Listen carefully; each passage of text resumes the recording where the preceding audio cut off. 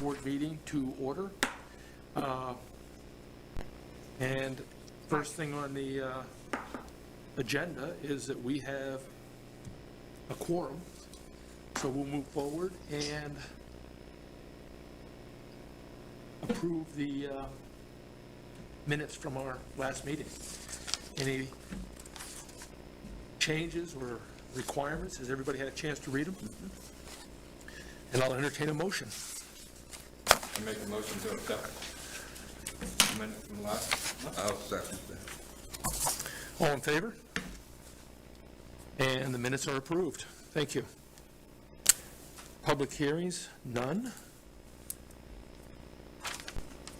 And new business. We all have a subdivision sketch plan before us.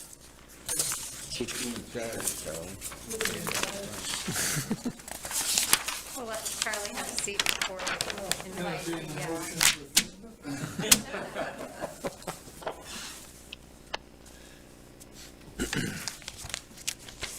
I believe the developer's representative is on the line.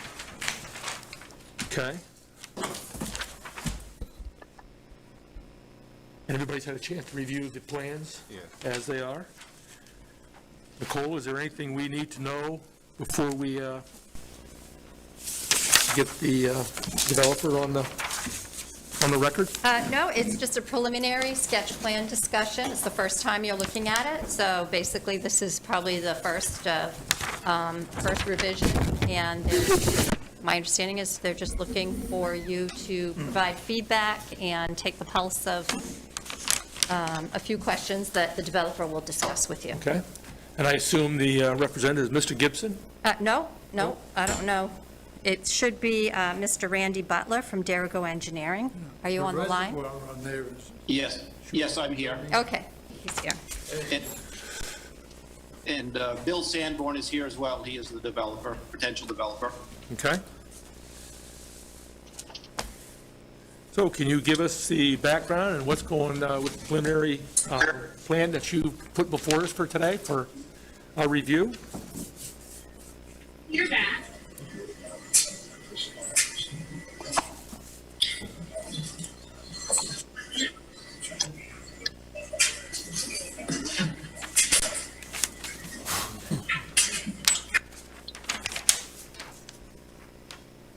Paper from there.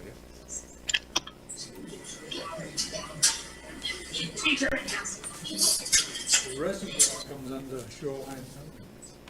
What's that? The reservoir, What about it? under shoreline zoning. It's in the shoreline zoning ordinance included. See, they have it. Well, we're just waiting for the developer and the representative. Okay, I thought Bill was going to address you. Can you folks hear me okay? This Yes. is Randy Butler with Derigo Engineering. Yes. Go ahead. Okay. I think Bill is on the line, and I'm not sure if he's having difficulty with his audio, so I'll kind of take over on behalf of Bill. Yeah, this project is out on Route 104. It's a 175-acre parcel that is currently owned by Kennebec Water District, and the owner is under a purchase and sale agreement right now. He does not own the land yet, but looking to do so if things go well here in the next few days or weeks with other information. So currently the plan is to develop a 10-acre or so commercial lot, and that would be for the construction business. The developer is Bill Sanborn, who owns Ranger Construction. Can you folks still hear me okay? Yes. Yeah. Okay, just want to make sure I hadn't lost you. So what he's looking to do is move his construction facility from in town at the old LN Violet facility to move it out here onto this stretch of road. And then also to develop residential subdivision. He's looking at doing some duplexes, which he would build himself or with his crews. Maybe 6 to 10 duplexes, something of that nature, for kind of targeted toward the elderly housing. And then the remainder of the lots that you see there on the plan would be single-family residential housing. As you can see, we have currently scoped out one road access. And our goal is, if possible, to go. Oh, we lost you, Mr. Butler. Hang on, Randy. We just lost you. Lost you, we lost Can't your hear audio? you now. Test the volume. Oh, Okay, can you Gotcha. hear me now? we can. Yes. Okay, sorry about for that. For some reason, it just dropped and it muted me. I apologize. The plan as we currently have it is for one entrance. And the reason we're doing that is just because it is a fairly busy stretch of road. So we're trying to keep all of our traffic in one spot. That's the spot that's kind of got the best site visibility, meeting MDOT standards and so forth. According to your ordinance, it looks like you can require a second entrance based on the amount of development. So that's something, we'll certainly work with you on. If that's what the fire chief especially deems as appropriate, then we'll work that way. What we'd like to do, if possible, is to have one, I guess you might say, extra wide entrance. Say something on the order of First Park's entrance, where they have 2 lanes in and 2 lanes out. And then we split the road, just within 100 feet or a couple hundred feet of that entrance. And that way you've got fairly good access. If that's something that the fire chief can buy into, then that's our preference. But certainly we're at his mercy on the final decision on that. And MDOT will work with us. They seem like they're agreeable to working with whatever the town decides on that end of things. Is everybody still with us here? Okay. Yes. Yep. Okay. So that's the nutshell. I think we've got currently about 44 individual house lots and showing 10 duplex lots. One of the things we'll have to do at some point once we get into spring here, another month or so, hopefully by mid-April, we'll be able to get some wetlands delineated out there. So that will have an impact on our road layout. We've done a little bit of preliminary work, what we could, based with snow on the ground, but that's not a perfect science. So we'll undoubtedly be modifying some road layouts and lot layouts a little bit once we find where the wetlands truly are. Those are delineated on the plan, kind of in a reddish purple color, I guess, is what's showing up there. So we'll, I guess, open the floor to any questions you may have. The board members have any questions with regards to the conditional use permit application? No, I was just wondering, you got, part of the lot goes into the water bill? Section that's over the water bill line? Is this all in Fairfield? Or some of it in Waterville? No, there is a small piece of it that is in Waterville. Right at the bottom, at the south side of the pond, there's a small portion that, I'm not sure, it's probably a couple of acres that's actually in Waterville. So have you approached the Waterville Planning Board? We have not. No, we'll need to, I believe, Yeah. but we have not done that at this point. Are you gonna have city water in all those places that drilled wells? The intent right now is drilled wells. Okay, because I'm paranoid, I would request testing done for PFAS contamination, because there's over 100 people in Fairfield right now that have contaminated wells and they don't even know it. Okay. And the only ones that can test that is out of state. Maine can't test it. They aren't licensed to. Okay. Thank you. Does public water come near the site, or is it not? I think it actually does, and I guess that's something, now that I think of it, I don't think I haven't talked that specifically over with the developer. I think there's public water out there. I'm not certain of that, though. Because So that certainly does have some potential if it's there. Well, there's something else. If you have city water or town water, I would request, or ask you to find out if the a water source has a reverse osmosis filter system right up by where the water comes from, because the farther out you go, the worse the water gets. And if you're at the end of the water line, without this system, it's probably contaminated. Okay. I'm learning more than I want about this chemical, Okay. and I don't think it's fair to the Fairfield residents not to be made aware of it. Right. Has anybody in the other subdivision had any water problems? Not that I'm aware of. I don't know who to ask if our city water has this system in it, you know, if they have that reverse osmosis. Kennebec Water District, I guess. I don't know if they have it or not. No, we don't know. I think it's prudent just to ask the question. I mean, if you buy bottled water now, the safe water it has right on it, it's purified by the reverse osmosis filter. The ones that aren't actually come out of someone's faucet, pretty much. So just to clarify, are you saying that if they're on city water, you think it's prudent to do reverse osmosis? Yes. They should at least ask if it's being used. If it's not, I recommend it is. It be put in. Okay. It's a very expensive unit, but saves contaminated people. So for fire safety. thank you. Oh, I'm sorry. For fire safety of all these houses, are you going to have fire hydrants on the public roads? Have you even explored it that far? What are your plans? We haven't really looked into that too far at this point, so we have, I guess we could always look at doing some fire ponds or other measures, but we really haven't addressed that at this point.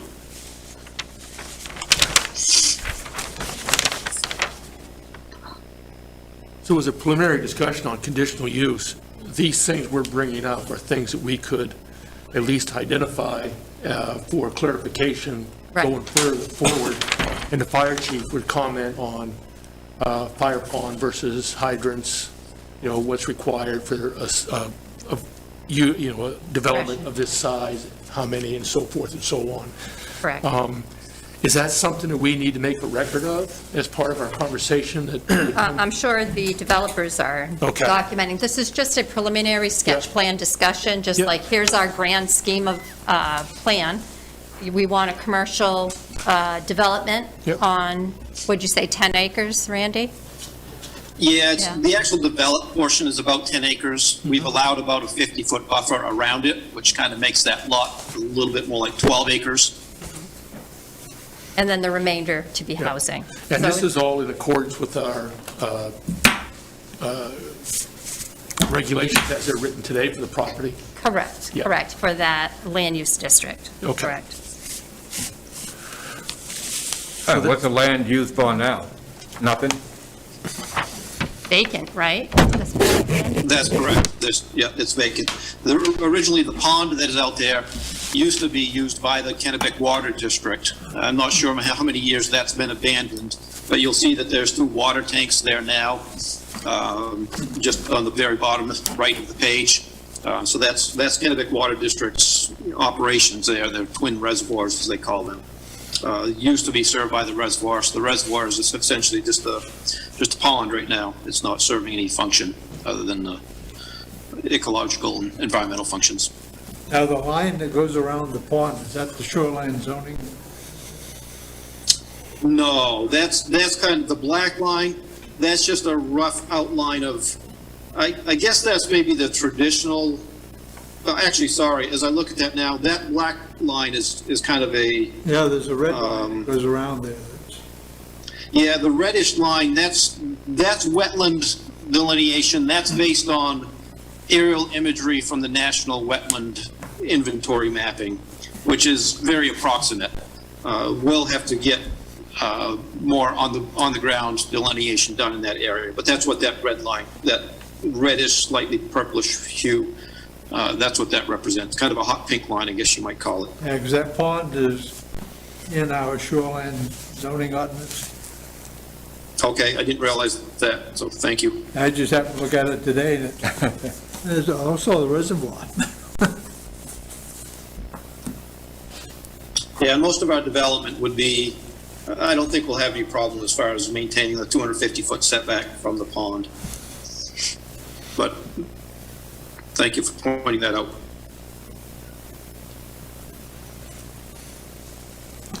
Any other comments?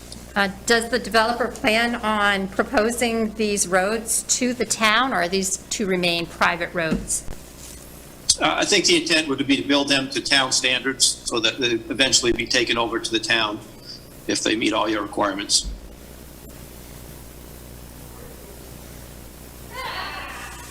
So there is a section in the subdivision ordinance about proposing roads to the town. I don't know if you read that section, I'm familiar with it, or do you want me to point it out to you?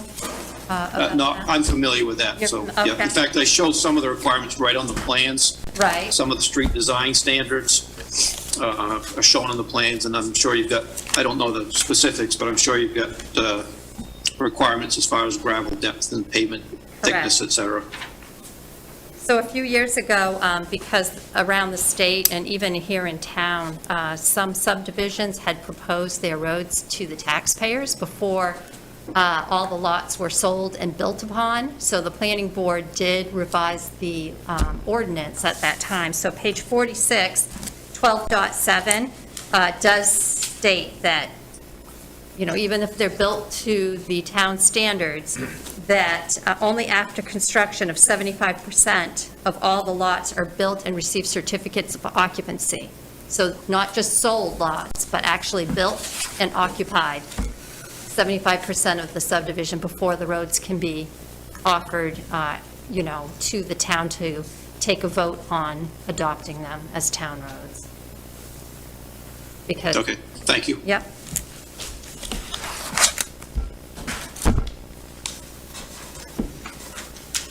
Any other comments? Any questions for the board and the code enforcement officer? Any other questions for us, Randy? Or Bill? No, I don't think so. As I did receive your email today about the fire chief's concerns about the second entrance, and we'll certainly work with you on that to meet whatever requirements that you may set. But no, I think it's a pretty straightforward project, and look forward to working with the board. Well, I thank you for bringing it to us so soon and hearing some of our concerns, and hopefully we'll be able to make this a reality. So, thank you. Okay? All right, thank you, folks. Appreciate it. Thank you.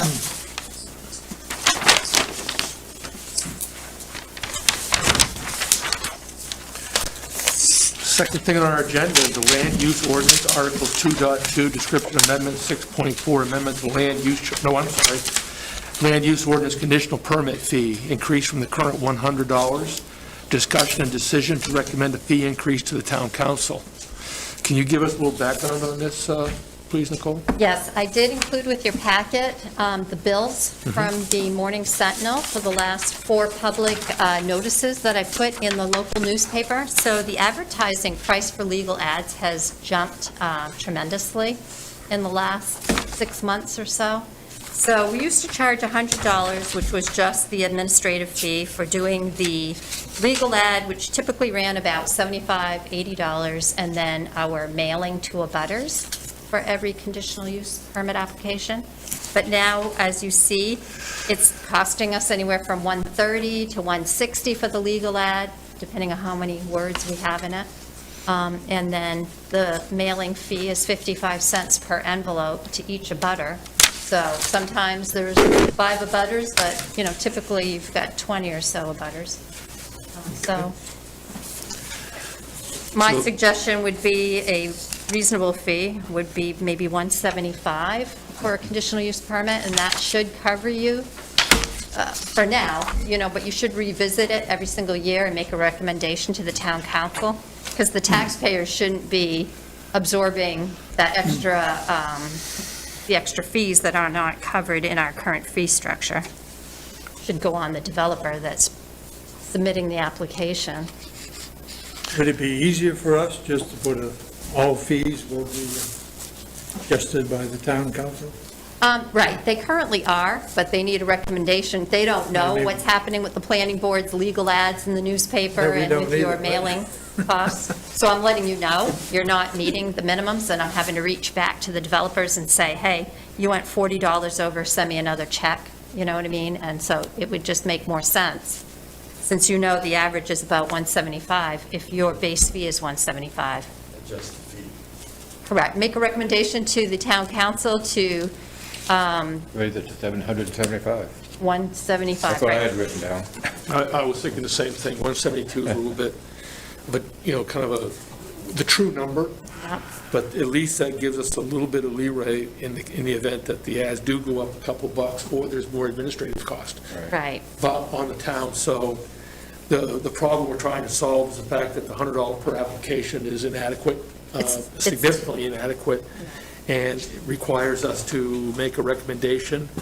And what we have before us is a proposal to go to $175 to cover the legal ads, cost of mailing, and any additional administrative cost that may incur over the course of the next,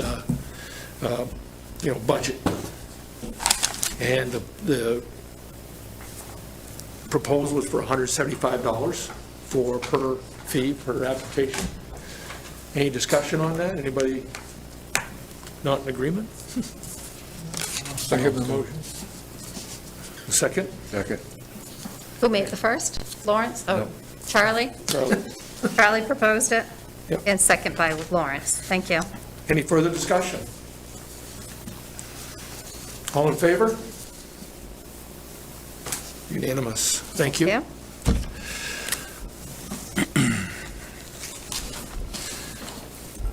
Land Use Ordinance Articles 2.2, Description Amendment 6.4, Amendment to Land Use Chart, and 9.20, Amendment to add dispensaries, discussions, and decision.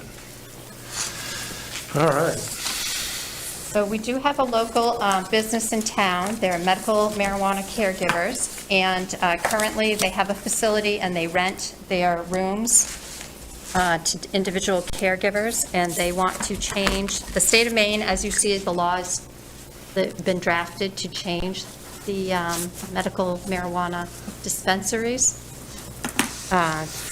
They used to only allow 8 throughout the state, and now they're going to be amending the law to allow more.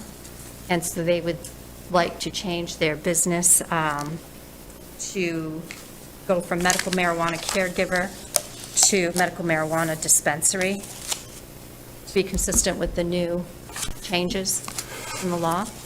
I don't know if the representative is on the line. Hannah, are you there? I am here, Nicole. How are you? Good, and you? I'm doing really well, thank you. Do you want? Would you like me to speak to the proposal quickly? Yes, please. Please. Yeah, so, oops, I'm sorry.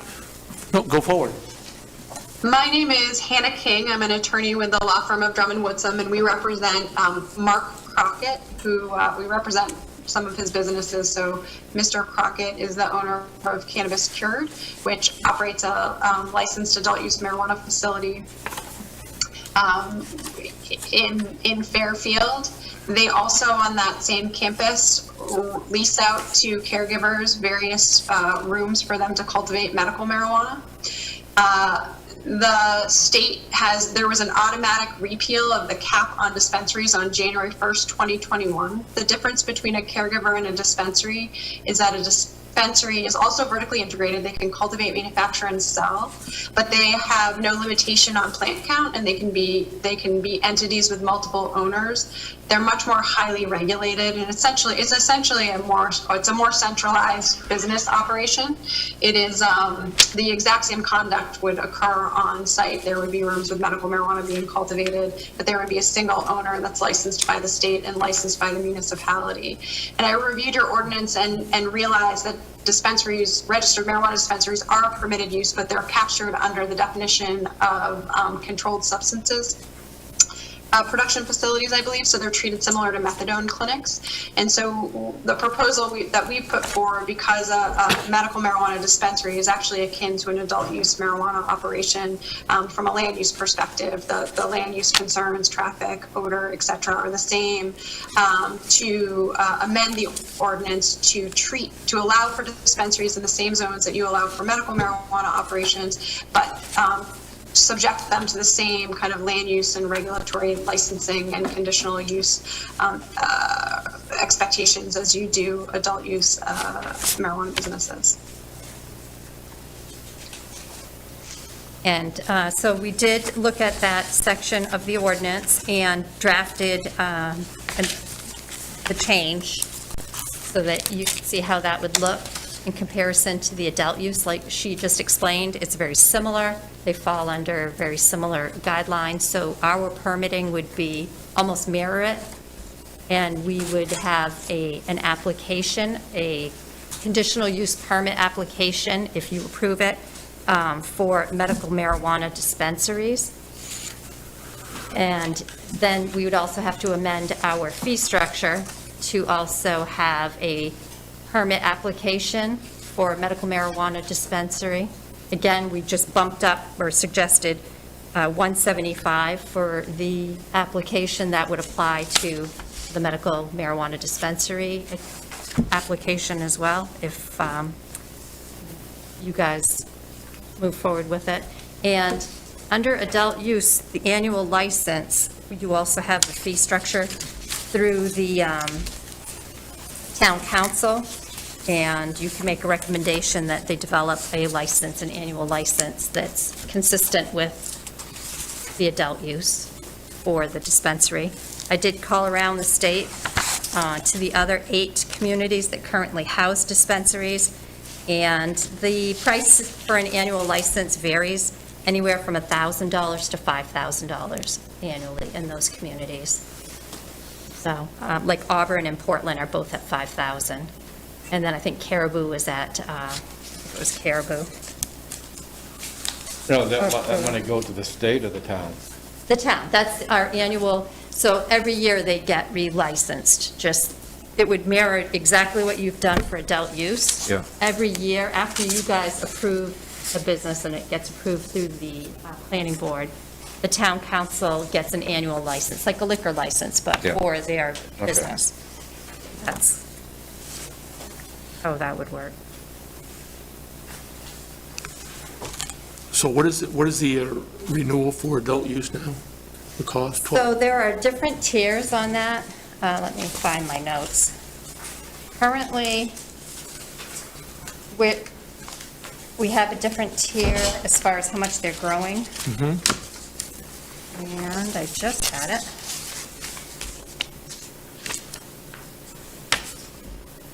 Sorry. Is it 13.5 on page 80 that talk to that? No, it's a separate sheet that is given to them by the town council, Oh, okay. because the permit is actually through the town council, not through the planning board, but you would have to make a recommendation to them. And I'm not quite sure the dollar amounts off the top of my head, since it's not a permit that the planning board issues. Okay. I just had it. Oh, here we go. Okay, so currently, if they do adult use marijuana, 500 square feet, it's $1,500 a year. If they grow 2,000 square feet, that's a tier 2, it's $2,500 a year. If they grow 7,000 square feet, it's tier 3, that's $3,500 a year. And the maximum tier 4, 20,000 square feet, is current permit of $4,500 a year. So if this dispensary is going to be hitting that 20,000 square feet, do you think that they would be at the top of that, the tier 4, for the medical marijuana dispensary? Hannah, do you? Sorry, Nicole, if you're asking me, yes, so the medical marijuana dispensary cultivation operations, there's no limit on the number. plants. And so you could have a similar tiered system for a dispensary that was, that tracked the tiers for adult use, because they do have the ability to be up to 20,000 square feet. Or you could set the dispensary at the highest tier, either way, but you could very comfortably within the state system have a similar tiered model with the licensing fee being based on the square footage of the flowering canopy. So, it would be easier not to have to figure out, they can grow. There's no cap on what they can grow like the adult use. So if you wanted to go with the max, the 4,500, you're still $500 a year license fee less than Auburn or Portland. Open up for discussion from the board members. Any comments, concerns? Nicole, I got a couple questions. Yes, hi, Jeff. Yeah, this is Jeff. So this sounds kind of like a flea market of marijuana growers. Would that be accurate? No. Currently, the medical marijuana caregivers rent, Yeah. they rent space, and they're all individual spaces. They're all individually owned by different caregivers. So it could be one building in a commercial building, and each unit is leased to a different person. So would you license each individual person or license the overall operation as one? Well, that's what they want to get away from. Currently, each individual person is a medical marijuana caregiver licensed. And what the state is proposing is to allow more medical marijuana dispensaries. So he would like to take his structure that currently is leased to multiple different people with different, their own businesses, and take over the business himself and just follow state law under medical marijuana dispensary and not have multiple business owners in one building. He would be the one business owner in control of the dispensary. And how big could this be? Hannah? So again, there is no cap on the number of plants that a registered dispensary can cultivate. You certainly at the local level, again, you've got up to 20,000 square feet for an adult use cultivation operation. You could cap a dispensary at that size as well. But there's only been 8 across the state. All 8 of them are around 20,000 square feet of flowering canopy right now. But I think once the license opens up, people are going to have more options, and we'll see a range of sizes for cultivators. But again, at the municipal level, if you wanted to cap it at your highest tier for adult use, that's certainly something you'd have the discretion to do. Okay. So it's regulated by the state. Correct. It's very highly And I would, yeah, they're more highly regulated than the caregivers. Caregivers have always been required to be smaller operators, and one of the trade-offs was the state said, we don't think we have to regulate you. You're going to be these smaller operations with less kind of land use impacts or impacts, and so, but the dispensaries, because they are larger, are subject to significantly more regulation than registered caregivers at this time. So what we're saying, I guess, based on what you just said, Nicole, is we're going from a individual licensing to a blanket license on something that's 20,000 square feet, where you have one individual, say $5,000, and then the folks within that building are still, the concept's still the same, where you have people in there, medical marijuana caregivers, you could have up to 5 or 10 or whatever the heck it is in a 20,000 square foot. But we're paying one fee for the building. Well, I think the registered caregivers go away. Then Yes. they are no longer, They just said, right. they have I believe is how it is. The dispensary is now the business, and they hire their own employees. And all the individual owners that once leased a room would leave, and they have their own employees, and they control what happens. I see, okay. So there's much more control and regulation Right. on a dispensary than everybody having a key to their own room doing their own thing. Okay. I Is think my it's understanding. a lot sounds like it's a lot better situation for us. Well, it does cut down on a lot of the, I mean, it gives you one place to go for issues. You know. Right. Any other comments? Does the board want to set a tiered system or a cap that, they can grow, up to 20,000 square feet that would be consistent with the adult use? Because you certainly could add that to your draft before making a decision on it. So the fee structure you said was anything, the top, was it 5,000? Correct. If they want to be a dispensary and that's the business they want to be in, it's 5,000. Yep. Because as she explained to you, a dispensary designation allows them to cultivate, they can grow it, they can manufacture it, they can sell it, right, retail store. Yeah. One shop. So it's one fee they pay, and they're allowed to do those Oh. items, which they currently do now. Yeah. So on the fee structure itself, how would we look at that so that we could come back to it on an annual basis or semi-annual Correct. basis, where we come back and reassess the fee like we did with the administrative fee for? Right. So once you make a suggestion to the town council, this fee really is no longer, you're just going to make a recommendation, and it's up to the town council, just like a liquor license, just like the adult use marijuana, it's on them, and they look We're at the just fee making a structure. recommendation. So you just make your initial recommendation, and, as far as what a town charges, that's all town council that decides. Okay. So given that information and what's being requested, what is the pleasure of the board? What do you folks think as far as the fee structure goes? I recommend them to do it as they've requested, up to 20,000 max. Yep. At 5,000? Yeah. So you Any want other to be, comments, discussion? I'll entertain a motion. To accept.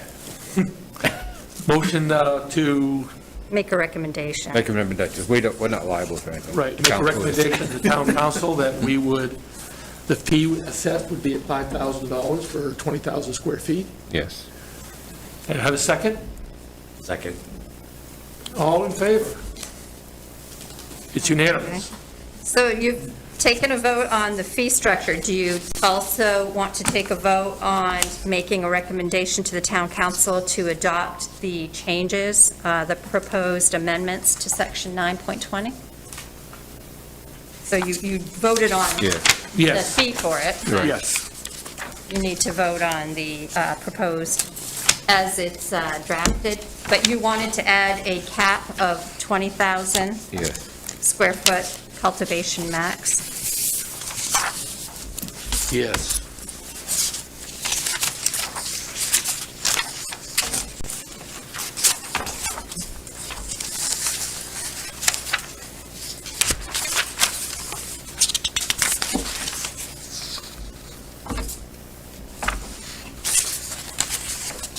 I have a motion?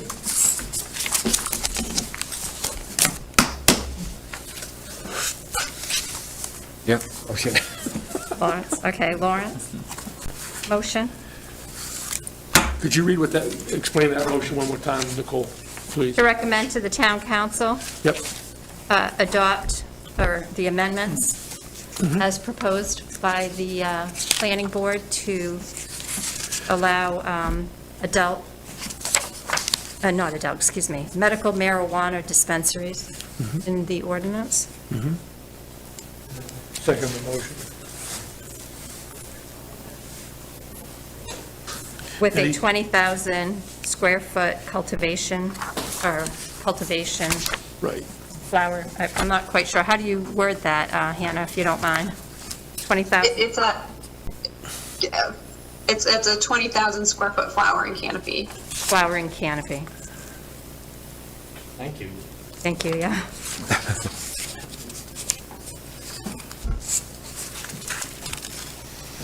Any further discussion? We have a motion, a Motion. recommendation to town council, seconded. Yeah. All in favor? Thank you. And that was Charlie that seconded, right? Yes. Thank you. Thank you. Okay, Hannah, we'll get that to the town council. Thank you so much. Have a wonderful you. evening, everyone. Yeah, you too. Thank you. This does streamline the process. It does streamline the process. Yeah. Oh, yeah, it does. Okay, And so make one person liable. D, One throat to choke. Land use amendment to commercial land use district to be consistent with the 2014 Fairfield Comprehensive Plan, page 80, and open up opportunities for businesses to develop along the town of Fairfield's main transportation corridors, Skowhegan Road, Route 201, and a portion of Norridgewock Road, Route 139, discussion and decision. We had a preliminary discussion about this a couple meetings back, I believe. Yes, we did. correct. And And so I brought another draft map for you guys to kind of see what the difference. So if you look at the map on Farwell, I'll move Yeah. over to it so that we can point exactly the sections.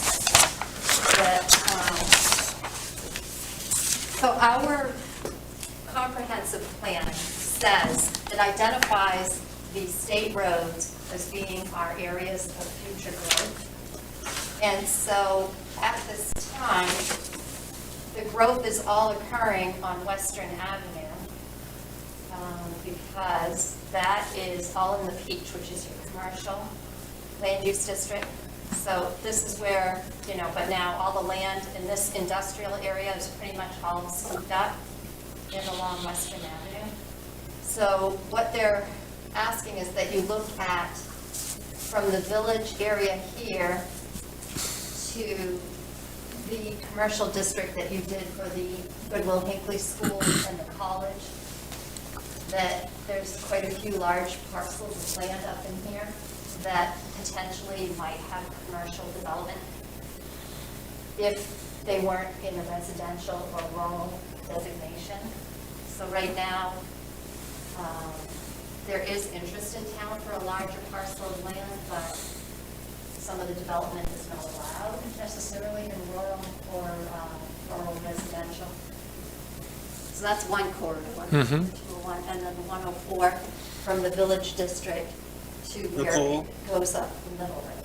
So those would be the two areas, and if you're open to trying one, and maybe not both highways to see what the impact would be, or if you want to just talk about it and see what is allowed in commercial. I put in your packets the land use chart so that you could kind of see what's allowed in commercial, the different businesses that are allowed in that chart.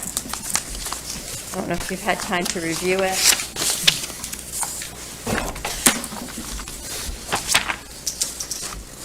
So there's a lot of businesses that are allowed in rural, residential, and rural, but some industrial type businesses might not be.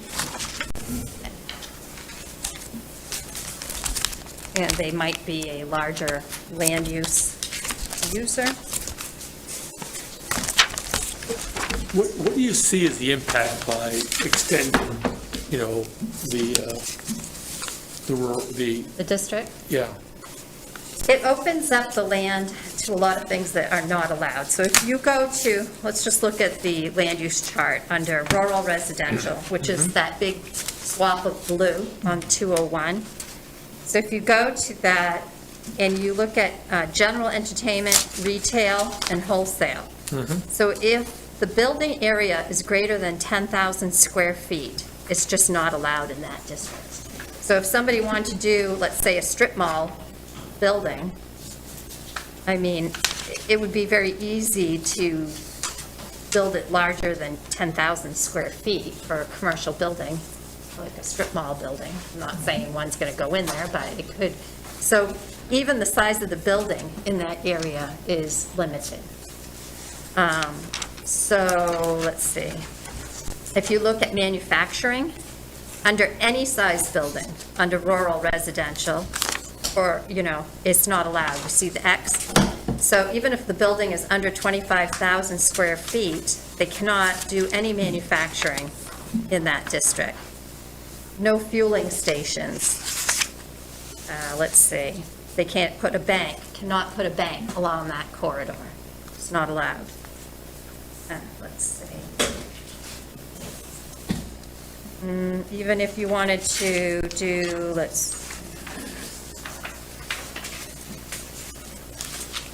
waste scrap storage processing facility. So like Oakland Steel, they process scrap metal.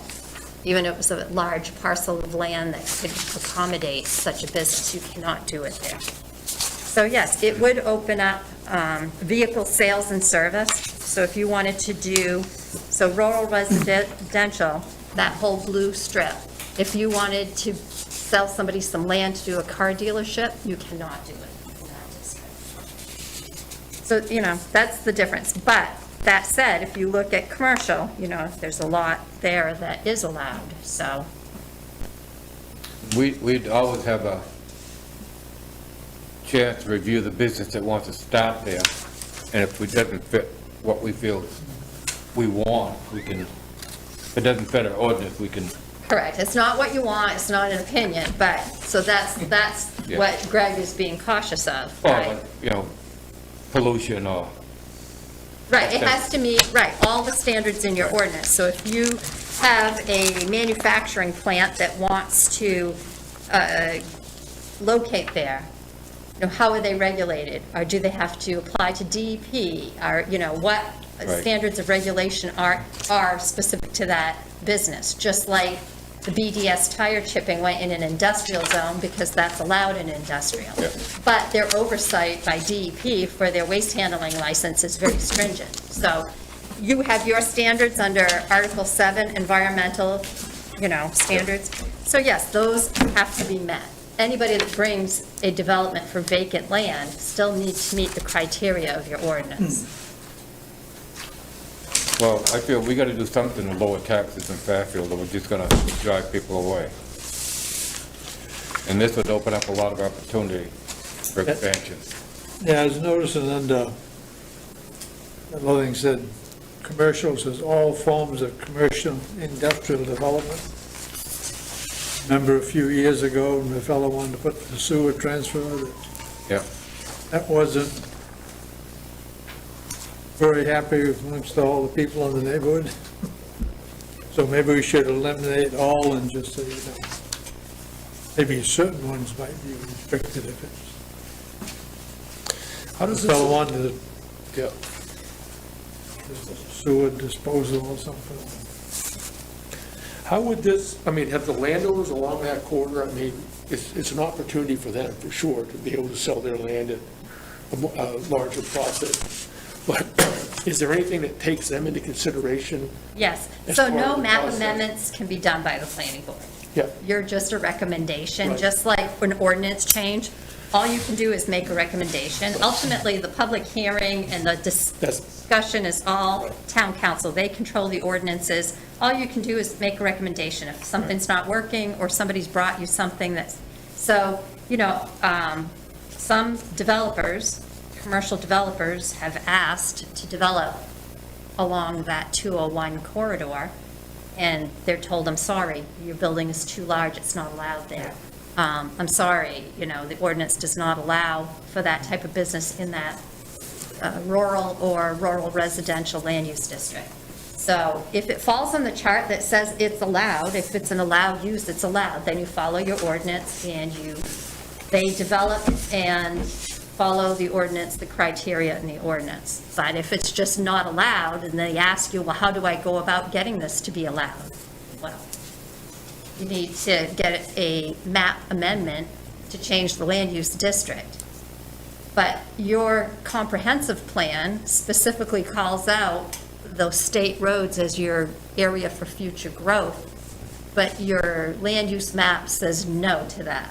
So it's not consistent. But, again, they don't need to both be opened up to commercial, but certainly you could try one area and make a recommendation that they try one area and see how it goes, and if it doesn't work out, then don't change the other highway. I don't know. I guess what what is the pleasure of the board? I mean, when you look at the map like that, you see 201, which is a very highly traveled road, and there's a lot of commercial on that road in spots, nothing significant, but little, bits and pieces right along that corridor. Right.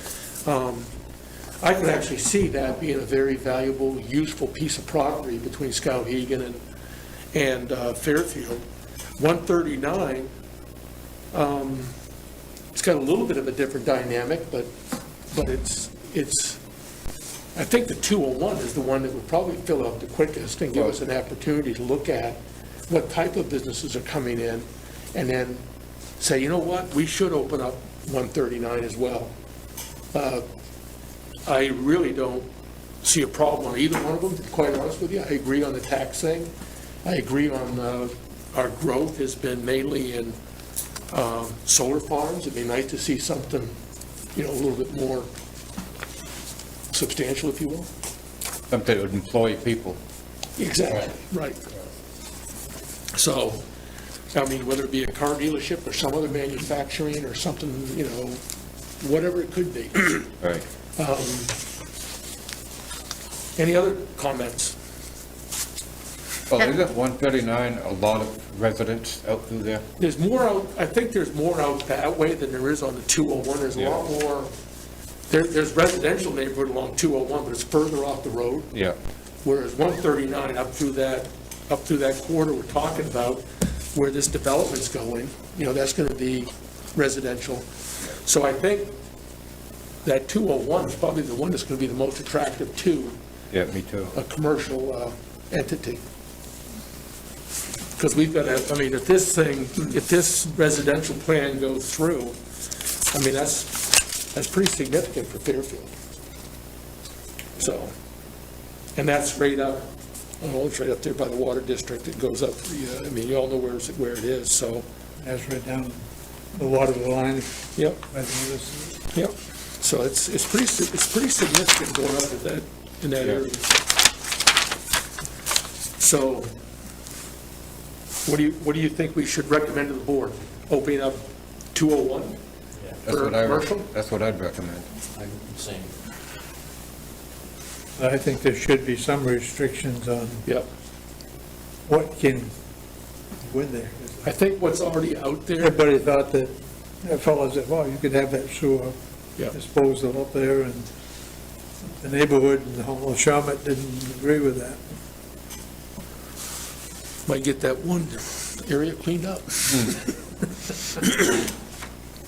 Any other comments? So do I have a motion to move the recommendation that we open 201 up as requested for commercial use? I recommend it. Any further discussion? All in favor? Yes. And we can always readdress 139 at a later date. Right. Okay. Thank you. Any unfinished business? None? Damn it. Items by the public. Anyone still on the line? Don't look at it. Damn. Our ratings are dropping. I guess so. Clerk of the Planning Board? So I was just wanting to mention that the Guimond Solar Project has potential need for a minor subdivision.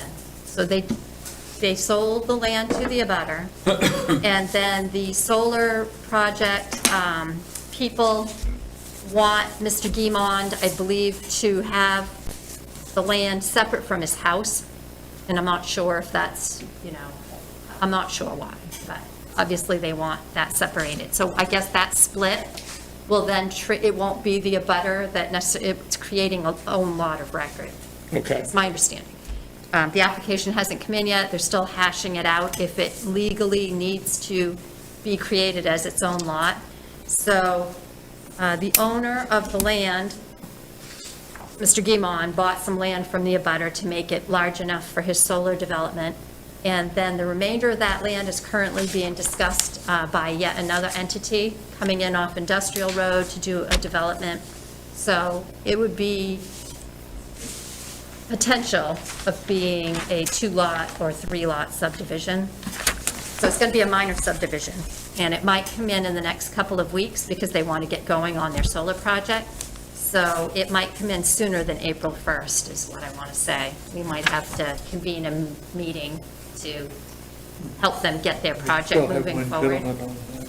They weren't sure that they needed to do it, so they're still talking about it with the attorneys. They'll get back to us. Okay. I could let you know if the application comes in, and if it has to wait till April 1st or the first meeting in April, it has to, if no one's available to meet sooner. And it depends when it comes in. They can't expect to deliver it on a Friday and do public notice in the paper and a notice to abutters, if they don't give us a week or so to get everything out. Have to follow the timeline, and they understand that. And I think we had indicated that we would be willing to meet on a Monday. Okay. If you feel it's appropriate. Okay. In your judgment. Right. And it's all lined up. I think we can do that, Okay. especially if it doesn't mean we have to meet in April. Right, yeah, right, if we hold the meeting sooner. Yep. Yep, and, maybe some other things will come back, maybe a second sketch plan from the developer, maybe they're going to go and start working on that. So that sketch plan, of course, it's just a sketch plan, it's just a discussion right now. But typically, the first thing you'll have to do when they bring in a formal sketch plan, once they start working out their wetlands and figure out what they're going to have for lots and roads, is you're going to have to set a site visit, decide to take a vote on a site visit or not. So that's the next step in subdivision. So you either can, ask them to take a video of it and show it to you at your Zoom meeting, what does the land look like, and give us a visual of the land, or you can actually do an on-site site visit. But probably safer if we don't all get together and do a site visit, but that's something you can talk about later on too, But if you look at your subdivision ordinance, that's the first thing on subdivision is that you either can go look at the site yourselves. I mean, it's 171 acres, so They're not gonna walk. we're not gonna, right, that's probably, right, to understand the layout of this on the face of the earth, it'd probably be easier if they would present it to us in maybe a digital format or something. I agree. I think they say if you've got 3 of us together, that's a meeting. Correct, so just keep that in mind. Well, we used to go on on-site inspections.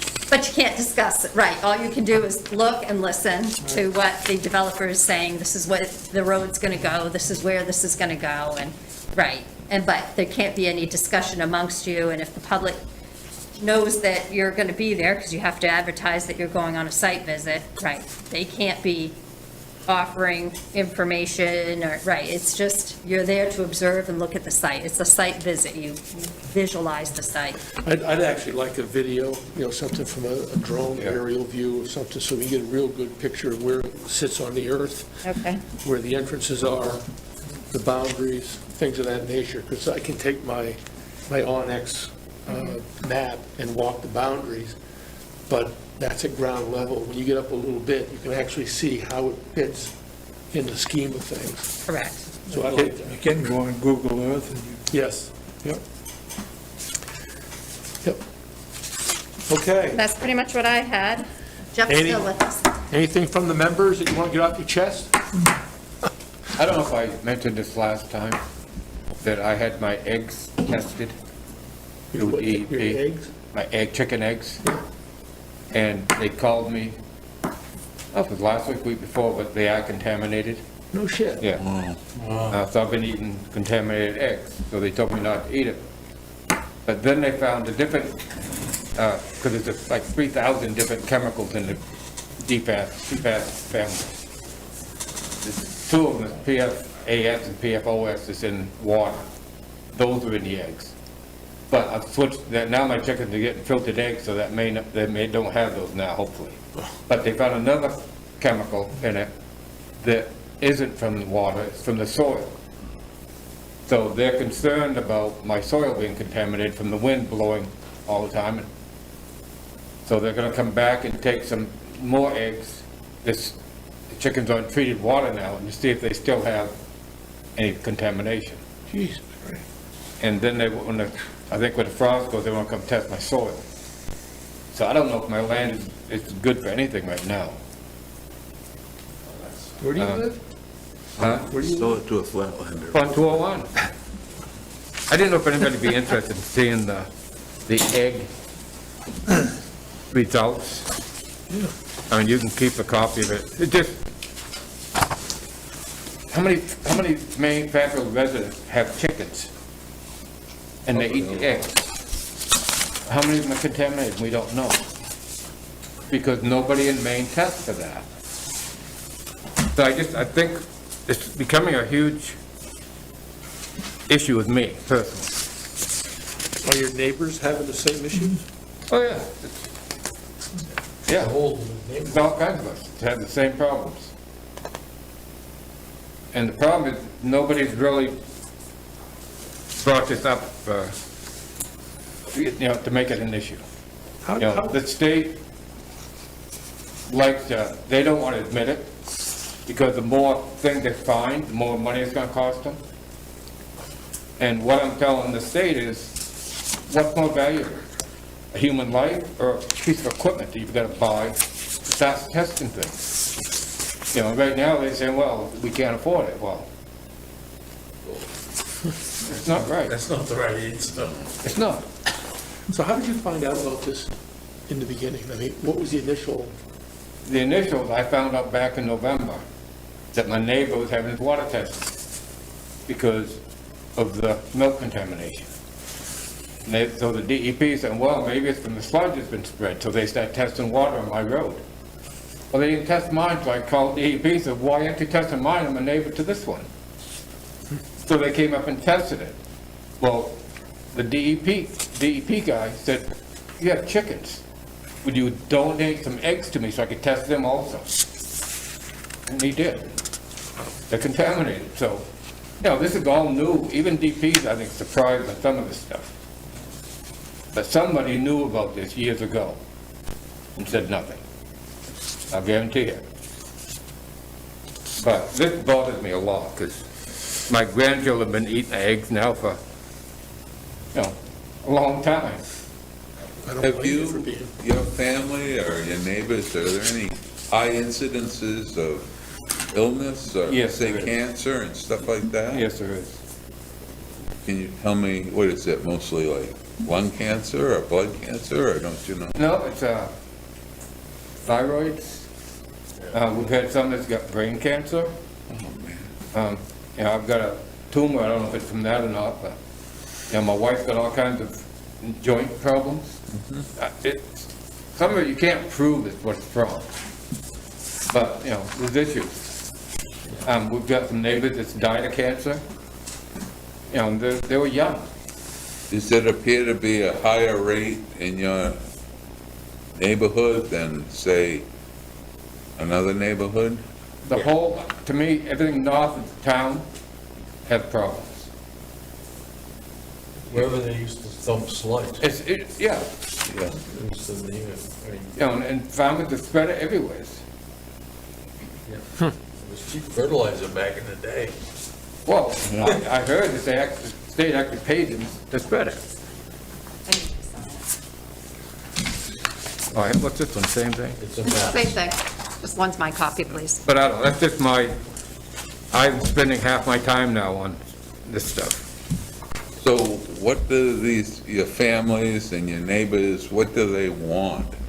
I We know want they every want it well, cleaned up. we want every drilled well in Fairfield tested, period. And right now, the DEP's refusing to do that. Because I don't know how water runs underground. Oh, gosh. I mean, if I had contaminated water and you're my neighbor, would you dare drink your water? No way. So we've got a lot of people right now that won't drink their water because they don't know. Anyone else on the board have anything they need to let me know? Keep up the fight, man. Yeah, Lawrence, we're with you, but Keep up the fight. Any other members, though? Anything else? Does the gentleman have anything? Jeff? Yeah. Don't think Wasn't here, but you guys all look great. Okay, Not as good as you. yeah, I'll tell you what, I can get used to this Zoom meeting stuff. yeah. Comfort of your own home. I'll entertain a motion to adjourn. Lawrence? Second, All in favor? We are adjourned as Second, of Terry? yeah. 18:06.